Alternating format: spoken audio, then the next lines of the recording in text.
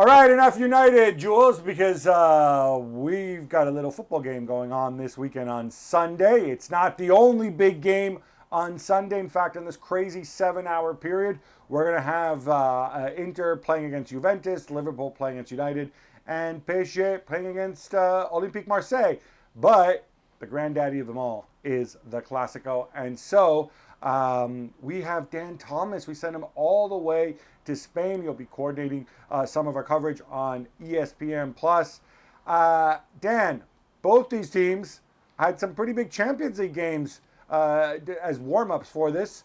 They both won in different fashions. Barcelona 1-0 thanks to Gerard Piqué, and of course Real Madrid running riot in Kiev.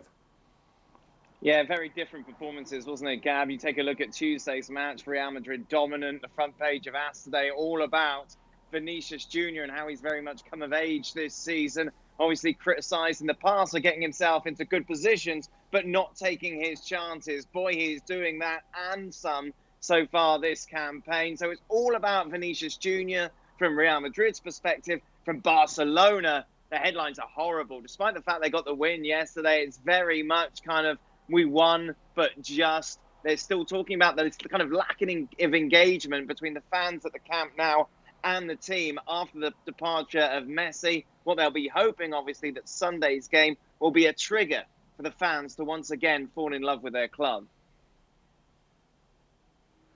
But Dan, you lived in Spain, albeit a few years ago. You know how this psychodrama ends. It only takes a Clasico to turn it around, to turn a bad season around, to change the mood, to lift the vibe. At least we always thought that in the past. Do you think that's still the case today?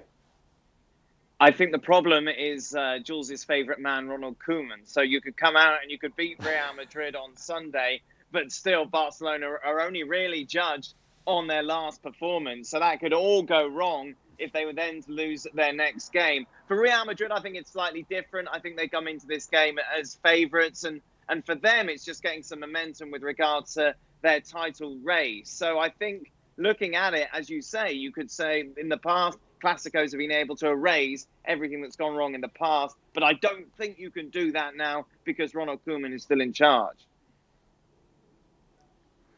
Jules, I kind of feel that everybody was so kind of Clasico focused that they almost overlooked this game, almost if, you know, Europe were cursed because obviously they lost their first two games against Benfica and against Bayern. But if you look at this group, they're still in it, right? I mean, I know you don't have to mention the manager's name, but because I know you won't, but they're still in it. There's still enough to salvage there in the Champions League as well. Is that almost more important than the Clasico in some ways?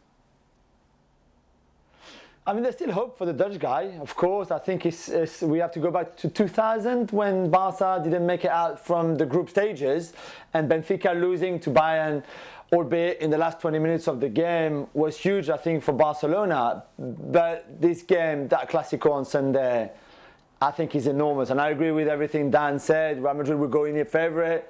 But Barca have to find something somewhere, whether it's from the fans, and by the way, the Camp Nou was empty, really, against Kiev. Not ideal preparation, really, but either it's from the fan, either the Dutch guy suddenly wakes up at night on Saturday and thinks like, this is it, I've got it. Eureka, I've got an idea for once. Or Ansu Fati does something special. De Jong does, the good De Jong, not the bad De Jong, the good De Jong. Frankie does something a bit special. I don't know, something has to come. And maybe they can turn it around a little bit. But I agree with Dan. I think the damage is so big that even a win in the Clasico, unless it's like 5-0, it's a manita with a great collective strength and performance. Apart from that, there would be still so much work to be done. Thanks so much for watching ESPN on YouTube. And for more sports highlights and analysis, be sure to download the ESPN app. And for premium content and live streaming, subscribe to ESPN Plus.